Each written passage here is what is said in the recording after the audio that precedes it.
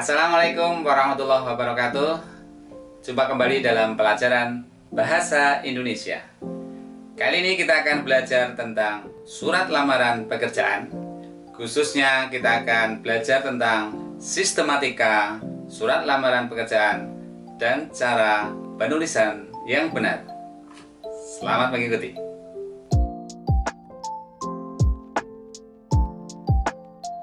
Unsur yang pertama dalam sistematika surat lamaran pekerjaan adalah penulisan tempat dan tanggal surat. Nah, bagaimana cara penulisan tempat dan tanggal surat tersebut? Misalnya, Yogyakarta 20 Oktober 2021, maka setelah kata Yogyakarta diberi tanda koma, ya. Dan jangan lupa nama kota diawali dengan huruf kapital. Unsur yang kedua adalah lampiran dan perihal. Hati-hati ya. Dalam penulisan lampiran dan perihal ini jangan disingkat. Misalnya lampir atau yang lainnya. Perihal juga tidak boleh disingkat ya. Misalnya lampiran titik 2 4 lembar, perihal titik 2 lamaran pekerjaan. Unsur yang ketiga adalah penulisan alamat surat. Nah, seringkali dalam penulisan alamat surat ini diawali dengan kata kepada. Tentu itu salah besar ya. Tidak perlu menuliskan kata kepada.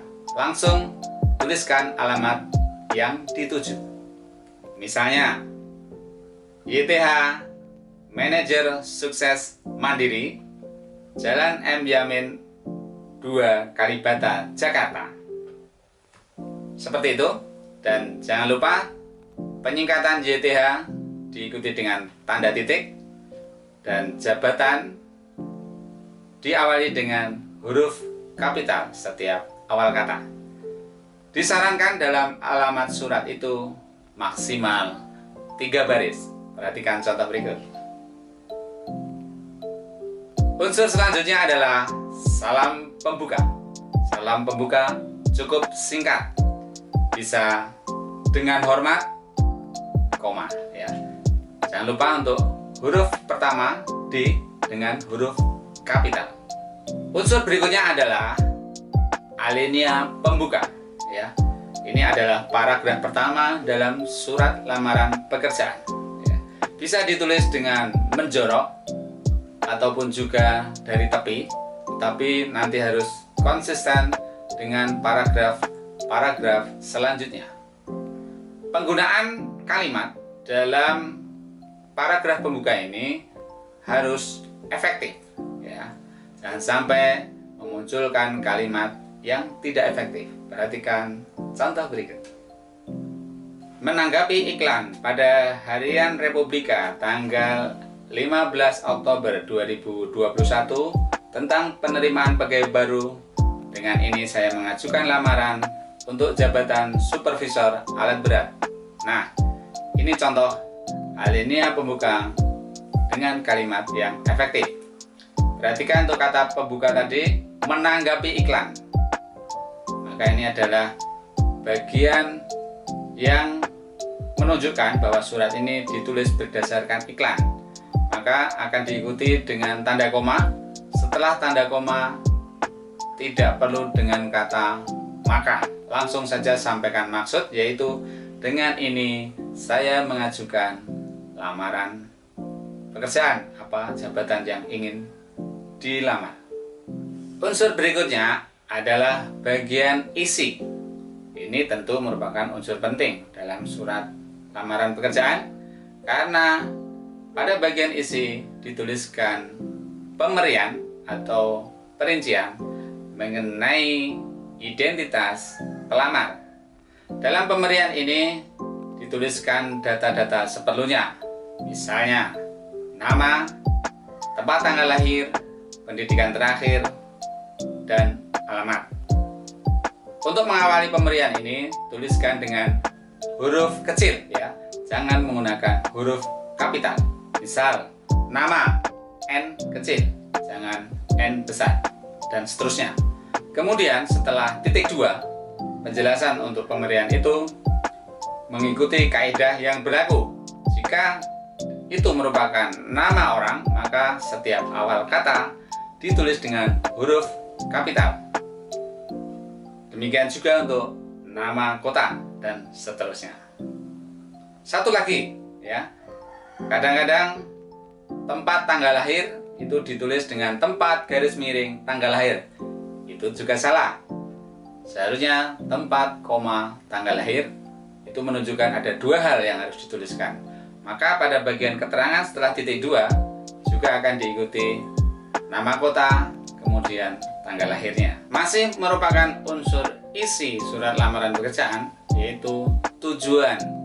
Dalam hal ini tuliskan formasi yang akan dilamar. Misalnya tadi menjadi supervisor alat berat.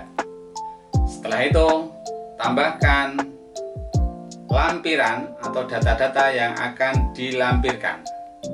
Nah, dalam menuliskan rincian data-data yang akan dilampirkan itu perlu ketepatan ya, diurutkan sesuai dengan persyaratan yang diminta. Kemudian tidak perlu ditulis dengan huruf kapital. Misalnya fotokopi KTP 1 lembar, huruf pertama fotokopi F kecil ya, tidak perlu ditulis dengan huruf kapital karena ini bukan awal kalimat. Kemudian di bagian akhir tiap-tiap rincian juga tidak perlu menggunakan tanda titik. Jika perlu, tambahkan tanda titik koma sebagai bentuk itu merupakan unsur-unsur dalam pemberian. Unsur selanjutnya adalah penutup. Nah, dalam menutup surat lamaran pekerjaan ini, gunakan juga kalimat yang efektif. Tidak perlu bertele-tele, tidak perlu berbelit-belit, tetap menjaga kesantunan dalam berbahasa. Contoh, demikian surat lamaran ini saya buat. Atas perhatian Bapak atau Ibu, saya ucapkan terima kasih. Nah, kadangkala muncul kalimat yang tidak efektif. Atas perhatian dan kebijaksanaan Bapak Ibu, saya ucapkan banyak-banyak terima kasih. Tidak perlu ya, cukup gunakan kalimat yang efektif, santun, dan berkualitas. Unsur selanjutnya adalah penulisan tanda tangan dan nama terang. Nah, demikian unsur-unsur sistematika surat lamaran pekerjaan yang harus diperhatikan ya, dan juga penulisan yang benar. Semoga bermanfaat. Sampai jumpa dalam pelajaran selanjutnya. Terima kasih.